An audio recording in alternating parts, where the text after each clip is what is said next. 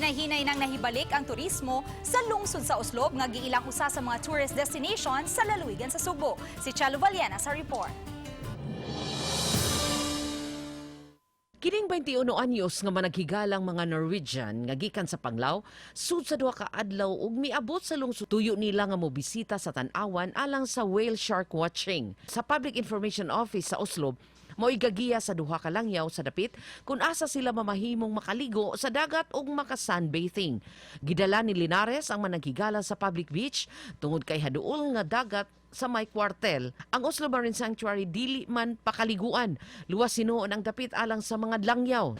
However, makaingon jud ka nga safe ang lungsod kay kuan man gyud na sigitang nag-operate dere nag-supervise ng mga police and emergency units at Usa sa mga tourist spot sa lungsod ang kwartel nga nagsilbing barracks kaniadto sa mga Spanish Army nga gihimo gikan sa coral stones.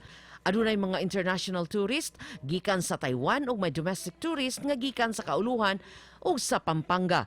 Pipila kanila ang banay lintag nga taga Porac, Pampanga. Mibisita sila sa Sugbot sud sa 5 ka adlaw. Si Angeli mihulagway sa Sugbo nga anaa ang tanan, ang maanindot nga kadagatan ug ang historical landmarks.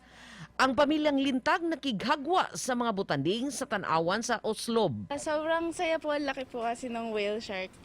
Although 30 minutes lang po and sobrang dami po. Kaya simula po ata 6 a.m. nandun na po kami. May pipila ka mga langyaw na usab nga makit-an sa kadalanan sa lungsod. Matod ni Mayor Ronald Guarin nga inanay nang mibalik ang mga langyaw nga bibisita sa ilang lungsod.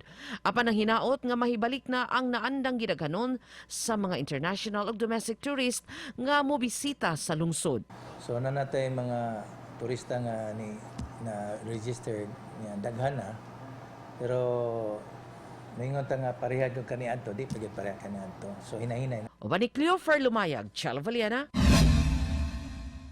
Balitang Bista.